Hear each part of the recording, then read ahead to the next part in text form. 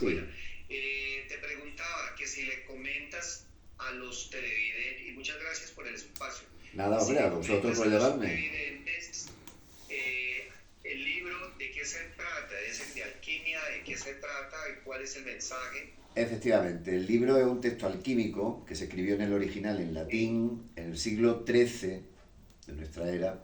El autor es un sí, tal Petrus Bonus, se le atribuye a un tal Petrus Bonus, aunque la atribución no es totalmente cierta, ¿no?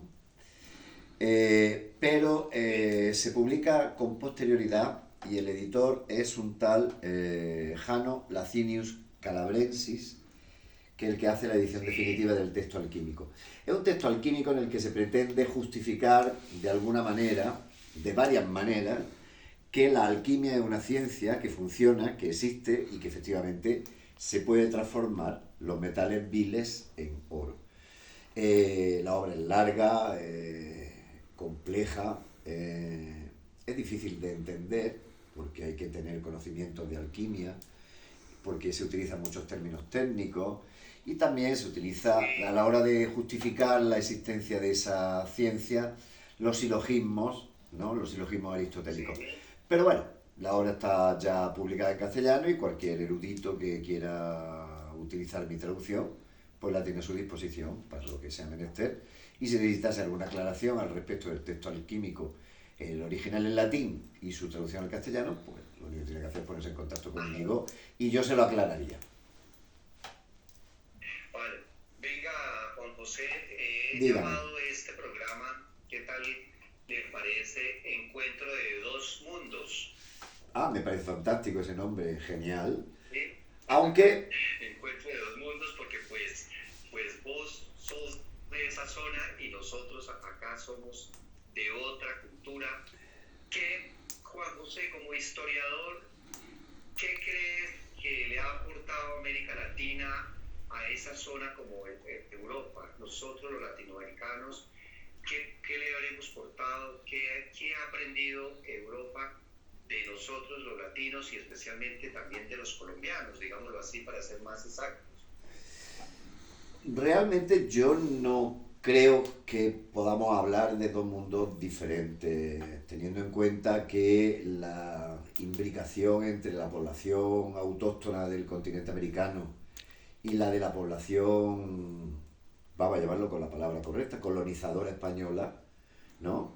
Fue Sí, total y permanente. sí, De hecho, usted se llama José Córdoba, Córdoba. Y sí, Córdoba es sí, una ciudad andaluza y española, ¿no?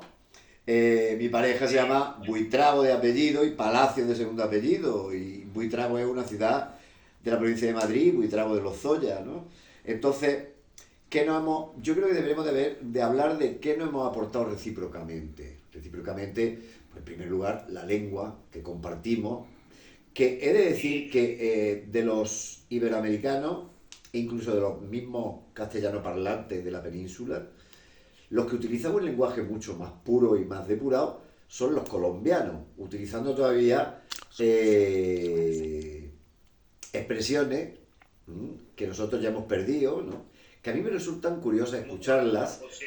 Pues por ejemplo cuando se dirigen, ¿Cuál expresión han perdido ustedes? ¿Como cuál, pues por digamos, ejemplo que cuando nosotros la conservamos? ¿Como cuál? se dirigen a una persona en tono de respeto cuando le hablan de su merced, ¿no? Su merced Ajá, es una expresión sí, su merced. que aquí está en Ajá, desuso, totalmente en desuso, pero que se utilizó durante el siglo de oro especialmente, ¿no? Y durante el Renacimiento del siglo de oro, para referirse a una persona con tintes de respeto, con toques de respeto y de autoridad.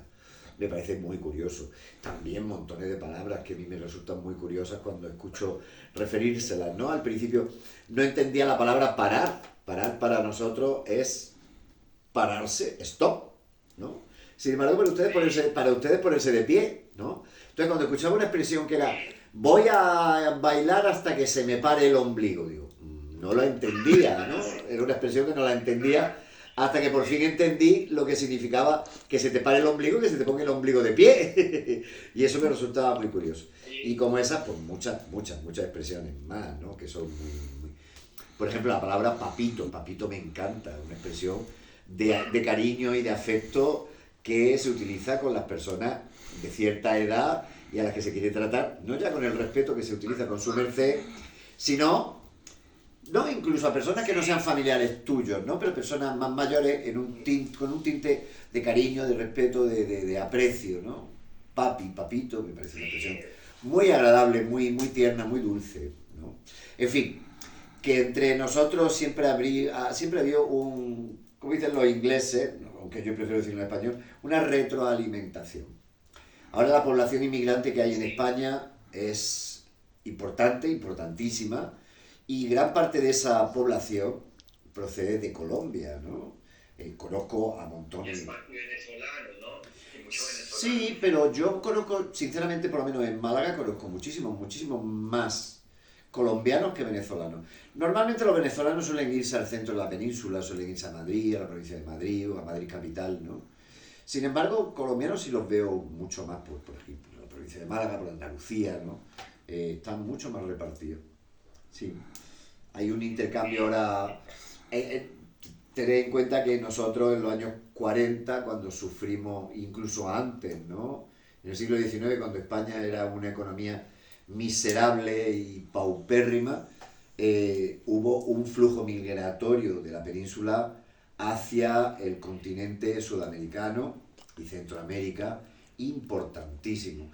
Y ese flujo migratorio se acentuó después de la Guerra Civil Española, ¿no? Huyendo de la feroz represión de la dictadura fascista de ese señor que no quiero ni nombrar, ¿no? Que nos retrasó el reloj de la historia como... No lo quiero nombrar porque es que no quiero ni nombrarlo, ¿no? Es una persona innombrable. Se nos daña la entrevista. Se nos gafaría. Afortunadamente hace ya tiempo que salimos de esa pesadilla, 50 años van a hacer ahora, de que falleció ese bicho malo, ese monstruo, asesino y criminal, que ya le digo que no hundió a nuestro país en la más absoluta de las miserias y retrasó el reloj de nuestro progreso pues como 50 años, ¿no? España hoy podría estar a la vanguardia de los países europeos si no hubiésemos tenido la lacra, la rémora de la dictadura fascista que hemos padecido durante cerca de 40 años. Pero bien, también en ese momento, después de finalizar la guerra civil, muchísimas personas tuvieron que huir de nuestro país y se tuvo que ir toda la élite intelectual y profesional española, porque casi todos ellos eran simpatizantes con la República y corrían el riesgo de perder la vida con la represión fascista en España. Regálame un segundito. Sí. Juan José, regálame un segundito y le aclaro aquí a los televidentes. Sí. La República y Franco. Ajá. La República es lo que está en este momento, ¿cierto? Es decir, no. Una sociedad democrática. Eso sí. Que anteriormente había como una dictadura con Franco. Exacto. Juan José. Bueno, tengo que matizar esa apreciación. Nosotros ahora mismo el régimen político que está vigente en España desde la Constitución del 78 es la monarquía parlamentaria. Una monarquía que vino de la mano de la dictadura franquista, que nos impuso de nuevo a otro rey de la dinastía borbónica, después de que en el año 31 se proclamase en España la República y se expulsase al último rey borbón, que fue Alfonso XIII, un rey bastante disoluto, se le llamaba el rey dandy, bastante ladrón, como todos los borbones, ¿no? Porque lo único que han hecho ha sido saquear este país como si fuese su cortijo. Y una de las condiciones que impuso el dictador para que, en cierta forma, se pudiese normalizar la vida política en España fue que tuviésemos que tragarnos la monarquía borbónica de Juan Carlos I. Entonces lo que nosotros tenemos ahora es un régimen monárquico constitucional, es decir, un régimen democrático, pero en donde el jefe del Estado fue impuesto por el dictador. Y de hecho hoy en día sigue gobernando, cabeza del Estado, jefe del Estado, el hijo del rey que nos impuso Franco, y ya están haciendo la propaganda para que le sustituya pronto. Y cuando dices el hijo del rey... Sí, Felipe VI, sí, Felipe VI, y ya le están preparando el camino a su hija, a la princesa Leonor, para que la dinastía borbónica continúe como si aquí no hubiese pasado absolutamente nada. Bien, cuando hablo del régimen republicano, hablo de una constitución republicana, la Segunda República Española, una constitución totalmente democrática y que trajo a España aires de reforma, ¿no? E intentar sacar a España del subdesarrollo y del mundo casi feudal en el que todavía estábamos, ¿no?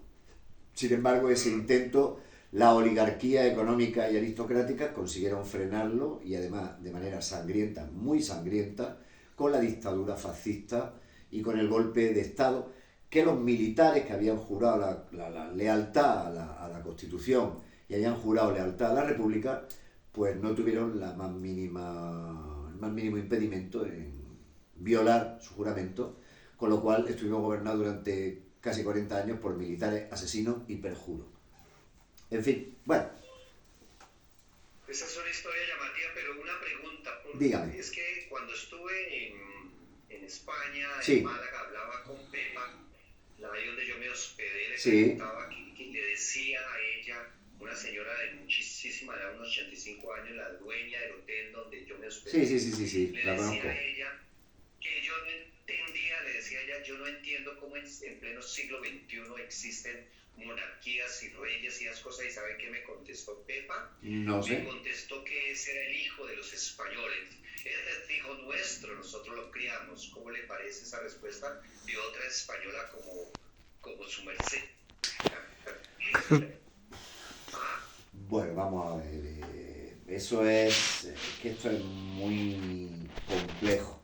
La sociología de nuestra sociedad española es bastante complicada, porque nosotros, cuando falleció el dictador, tuvimos una transición de un periodo dictatorial a una democracia, pero que se hizo de una manera, por un lado, encomiable, porque aquí no hubo represalias de ningún tipo, pero por otro lado tampoco se purgaron las responsabilidades políticas que durante tantísimo tiempo se deberían de haber depurado, las tropelías que se habían cometido durante la dictadura. Yo comprendo que haya gente a la que le fue muy bien durante la dictadura, que son gente afecta al régimen, eran gente afecta al régimen, y que hablen pues de Franco pues bien, y que hablen del rey bien, y que les parezca pues todo eso muy bien. Sin embargo, hay que decir una cosa. Cuando se hizo la transición política española, el presidente del gobierno de aquel momento, que era Adolfo Suárez, en confesiones de él mismo, lo dijo él mismo en una entrevista que se le hizo ya muchísimo tiempo después de dejar de ser presidente del gobierno, dijo que él coló en el texto constitucional la palabra monarquía parlamentaria, sin que nadie se diese cuenta, porque según las encuestas que había en ese momento, en el año 75, 76, 77, si se hubiese sometido a referéndum, monarquía o república, hubiese ganado aplastantemente la opción republicana. Entonces, vuelvo a decirte que cada quien cuenta lo que le parece y yo intento ser lo más objetivo posible. Yo no considero que ese señor sea mi hijo para nada, en absoluto. Es el jefe del Estado democrático español y mientras tengamos la Constitución del 78, pues hay que respetarlo como jefe del gobierno que sea. Pero eso no impide que yo, como republicano convencido que soy, haga todo lo que pueda para que el